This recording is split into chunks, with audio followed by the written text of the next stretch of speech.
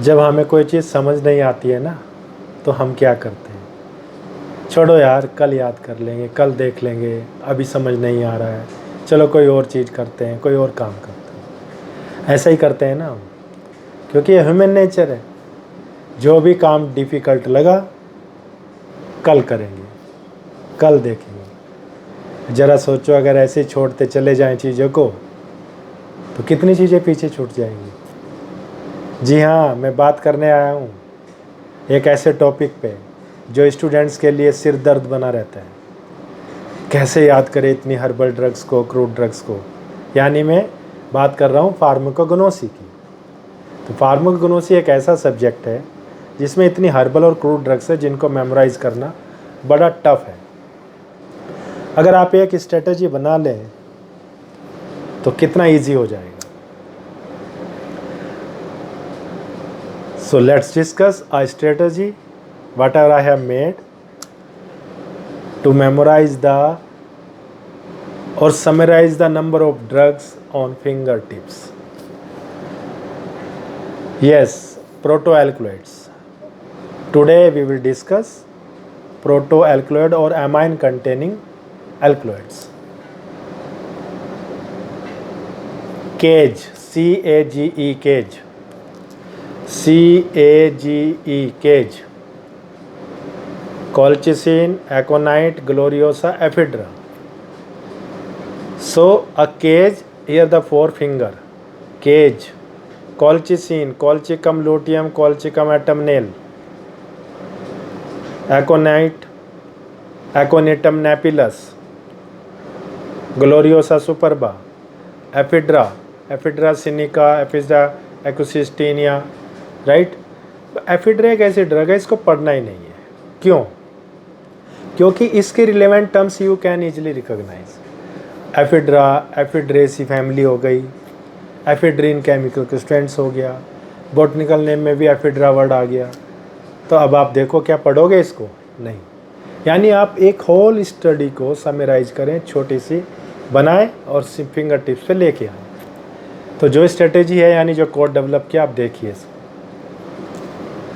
Colchicum autumnale, Colchicum luteum, L dominate, belongs to family Liliaceae. Colchicine belongs to family Liliaceae. Aconitum napillus, Napillus, ranunculus. Now we can say ranunculus, कुछ नहीं होता, ranunculaceae यानी aconite, Aconitum napillus या aconite belongs to ranunculaceae family. Gloriosa superba, again L dominate. देखो strategy बनानी पड़ेगी। Belongs to family Liliaceae. Ephedra तो पढ़ना ही नहीं है, 4 ड्रग थी लेकिन 3 ड्रग को पढ़ा। कॉल्चिसिन, एकोनाइट, ग्लोरियोसा, 3 ड्रग लेकिन फैमिली पढ़ी 2। कैसे? Liliaceae and ranunculaceae. अब आप देखो, समय ऐसे ही करना पड़ेगा ना, स्ट्रेटजी तो बनानी पड़ेगी। तो एक स्ट्रेटजी बनाई है, एक कोडिंग बनाई है, और इस कोड को अपने एग्ज़ाम हॉल में जाकर डिकोड करना। अपना पेन कॉपी रखिए और नोट करिए। देखो कितना जल्दी समझ में आने वाली चीज़ें। अब इनके सोर्स देखते हैं। देखो हमने इनके बॉटनिकल नेम पढ़ लिए, सीक्वेंस देख लिया। अब इनका सोर्स देखते हैं। केज, CAGE, Colchicum luteum या colchicine, obtained from seed, root यानी aconite रूट से। ग्लोरियोसा, राइजोम कह सकते हैं, ट्यूबर्स से ऑब्टेन करते हैं। And stem. जरा सोचो, आप सीड को जब ज़मीन में प्लांट करते हो, लगाते हो, तो क्या बनेगा? सूट और रूट। सीड, रूट यानी एकोनाइट रूट से। रूट में ट्यूबर्स या राइजोम डेवलप हुए, ट्यूबर्स यानी ग्लोरियोसा ट्यूबर्स से। फिर स्टेम, एफिड्रा स्टेम से। Now we can say protoalkaloid or amine containing alkaloids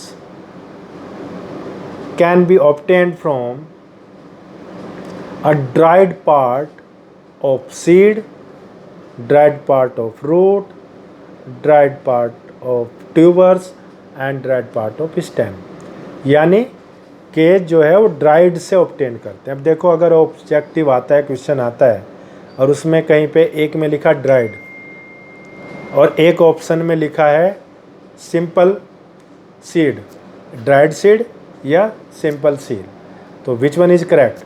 dried seed. जबकि अगर ड्राइड नहीं लिखा फिर भी सीड यूज़ करोगे, टिक करोगे। लेकिन ड्राइड सीड और ड्राइड आ गया, सॉरी ड्राइड सीड या सीड आ गया ओनली, तो you have to click the dried seed, यानी प्रोटो और amino containing alkaloids dried part से ऑब्टेन्ड होते हैं, सीड, रूट, ट्यूबर्स और स्टेम। तो हमने फैमिली देखी, बॉटनिकल नेम देखे एंड सोर्स स्टडी किया। नाउ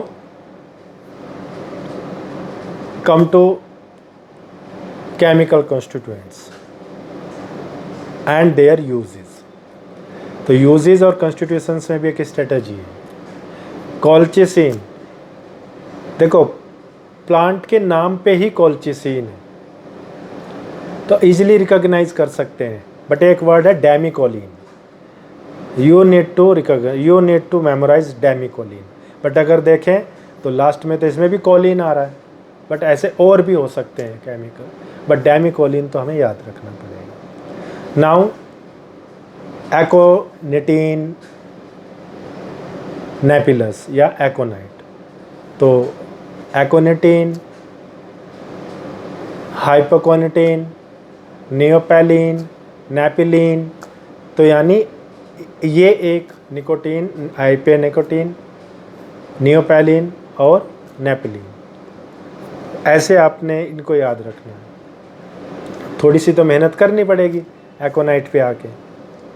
ग्लोरियोसा, कॉल्चिसिन के डेरिवेटिव हैं जितने भी केमिकल कॉन्स्टिट्यूएंट्स हैं, तो ज़्यादा याद करने की जरूरत नहीं, कॉल्चिसिन है तो उसी से रिलेवेंट है। Now come to the ephedra, ephedrine,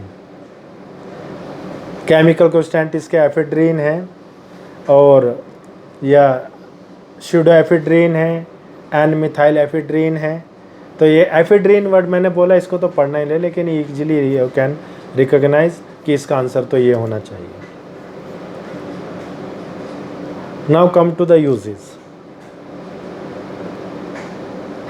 प्रोटोएल्कलॉइड या amine containing alkaloid mostly use in general, I am saying use as a anti inflammatory, inflammation को ट्रीट करने के लिए, वो किसी भी तरह का इन्फ्लामेशन बॉडी में हो सकता है, उसको ट्रीट करने के लिए हमने केज को यूज़ किया।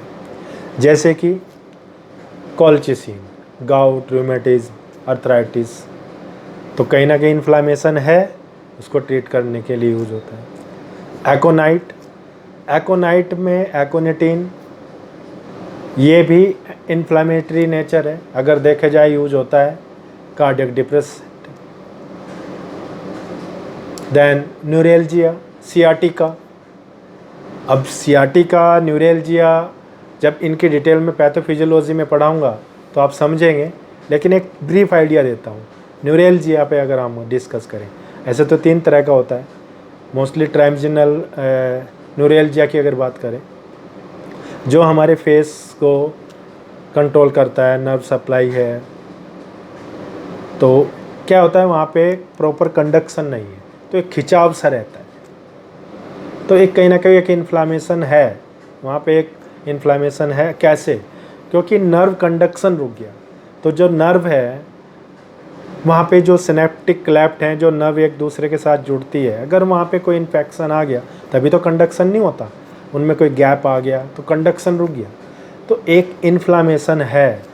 ये इन जनरल में बात करता हूँ। सियाटिका, भाई कार्ड से जो लोअर एब्डोमिनल है या आपका अल्फा, ये कोई डिस्क स्लिप हो गया तो वहाँ पे एक प्रेशर आया, एक इन्फ्लामेशन जनरेट हो गया, तो इन्फ्लामेशन को ट्रीट करने के लिए ड्रग यूज़ की जा सकती है। ऐसे ही ग्लोरियोसा सुपरबा, गाउट, रूमेटिज्म के इन्फ्लामेशन में यूज़ होती है। Ephedra, again inflammation, anti hypertensive भी है, तो एंटी हाइपरटेंसिव है, आपका आर्टरीज कंस्ट्रिक्ट हो रही है या ब्लॉकेज हो रहा है, कोई वहाँ पे ऑब्स्ट्रक्शंस हैं, तो उसकी वजह से एक मसल स्ट्रेस आएगा, तो वहाँ पे इन्फ्लामेशन होने के चांसेस हैं, राइट। है फीवर, एलर्जिक कंडीशन है, कोई भी बायोमार्कर इन्फ्लेमेटरी मार्कर डेवलप हो सकता है, तो उसको ट्रीट करें। ब्रोंकोडाइलेटर की तरह यूज़ होता है, यानी ब्रोंको कंस्ट्रिक्शंस है, तो ब्रोंको कंस्ट्रिक्शंस कब हुआ? 2-3 रीज़न हो सकते हैं। मैं अपर रेस्पिरेटरी और लोअर रेस्पिरेटरी ट्रैक्ट की जब पैथोफिजियोलॉजी डिस्कस करेंगे तो तब बताएंगे, जैसे अस्थमा में पढ़ाऊँगा या COPP। तो ब्रोंको कंस्ट्रिक्शंस क्यों हुआ? कोई इन्फ्लेमेटरी मार्कर डेवलप हो गया या कफ प्रोडक्शन हुआ, तो उसकी वजह से, तो यानी उसको ट्रीट करने के लिए। तो in general we can say कि protoalkaloid use as a anti inflammatory. Superficial level पे कैसे आप बहुत डीप में ना जाएं, तो ऐसे भी क्वेश्चन को सॉल्व कर सकते हैं। और डीप में तो थोड़ा जाएंगे जब हमारे स्टडी मटेरियल्स आप जब लेंगे, स्टडी मटेरियल्स को देखेंगे, समझेंगे, तो बहुत कुछ समझ में आएगा। अब जो एकोनाइट है ये एक पॉइजनस प्लांट है, इसे वॉल्फ्स बेन भी बोलते हैं, राइट। इसका कॉमन नेम है वॉल्फ्स बेन, बट ये एक पॉइजनस प्लांट भी है। तो इस कैटेगरी में कौन सा पॉइजनस प्लांट है, ये क्वेश्चन आ सकता है, यानी एकोनाइट। तो आप देखें कि कैसे हमने पिछले 7-8 मिनट में कैसे हमने एक कैटेगरी को याद कर लिया, CAGE को। सो आपसे रिक्वेस्ट है कि आप प्लीज़ अपने कमेंट्स ज़रूर दीजिए, जिससे हम अपने आने वाले छोटे छोटे जो स्मॉल लेक्चर्स हैं उन्हें और बेटर वे में डिलीवर करें। और आपको ये मेथडोलॉजी कैसी लगी? मैं ऐसे अभी मैं बोर्ड और मार्कर यूज नहीं कर रहा हूँ, लेकिन हम करेंगे जहाँ ज़रूरत आएगी। मैं चाहता हूँ कि आप चीज़ों को इधर फिंगर टिप्स पे लेके ज़्यादातर आए। तो हमारी फैकल्टी आपको ऐसे ही कुछ लेक्चर्स डिलीवर करेंगे, मैं भी करता रहूँगा। अपने कमेंट्स दीजिए, हमारे मोबाइल नंबर, व्हाट्सएप नंबर पे हमसे बात करिए। If you have any query तो you can talk to us. हमारी टीम मेंबर्स, हमारी फैकल्टी और मैं खुद भी एक लिमिटेड टाइम पीरियड में आपकी प्रॉब्लम्स को, आपकी क्वेरीज़ को सॉल्व करने की पूरी कोशिश करेंगे। Thank you so much and good luck. Let's meet in next video. Thank you so much.